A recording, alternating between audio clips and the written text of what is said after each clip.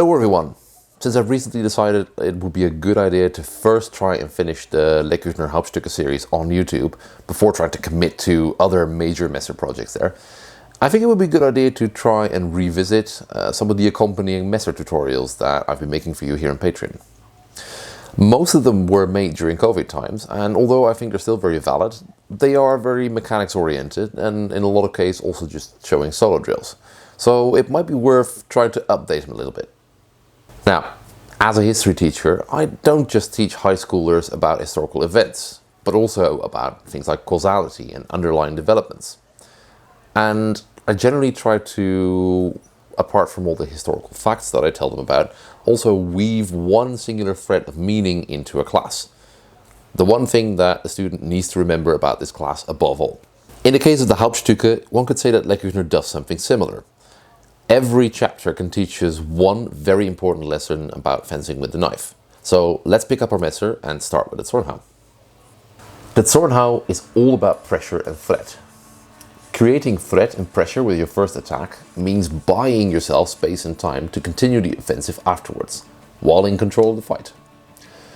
The first pieces show how a Zornhaw can be done defensively.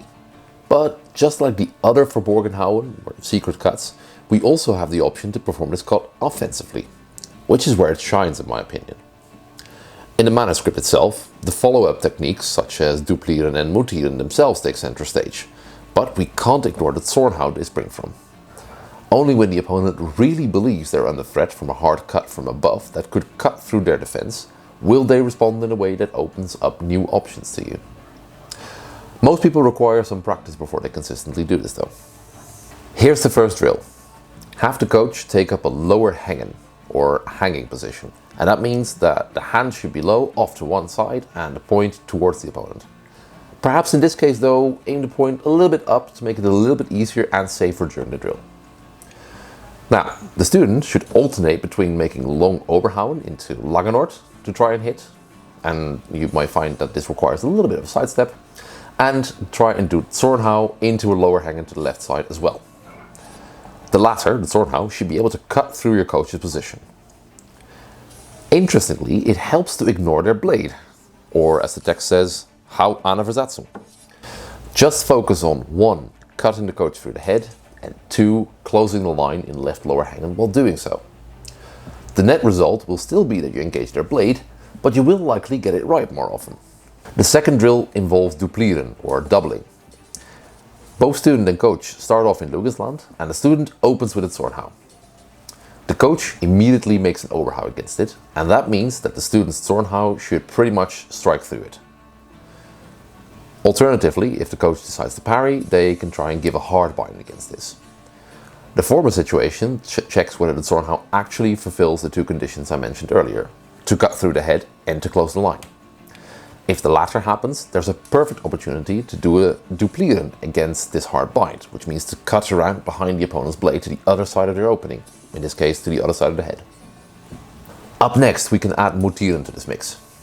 If the coach reacts to your Zornhaw with the same Oberhauen as before, but now steps back, two things should happen. First of all, your Zornhaw, meant to cut through the head, should now cut through thin air in front of that head.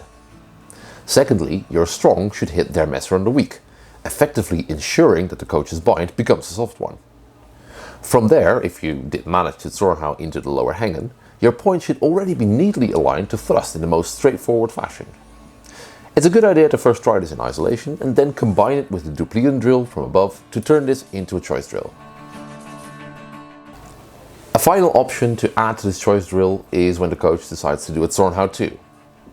If they stay where they are, neither stepping forward nor backwards, their Zornhaw against your Zornhaw should result in an equal bind where no one has the advantage.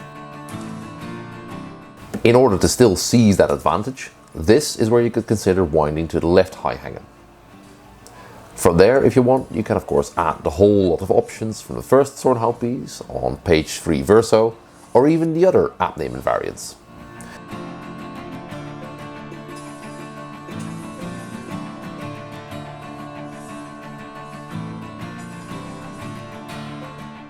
Whatever you decide to do though, and wherever you decide to expand this drill to, keep in mind that the most important technique is not the continuations and the counters, etc., but it is the Zornhaw itself.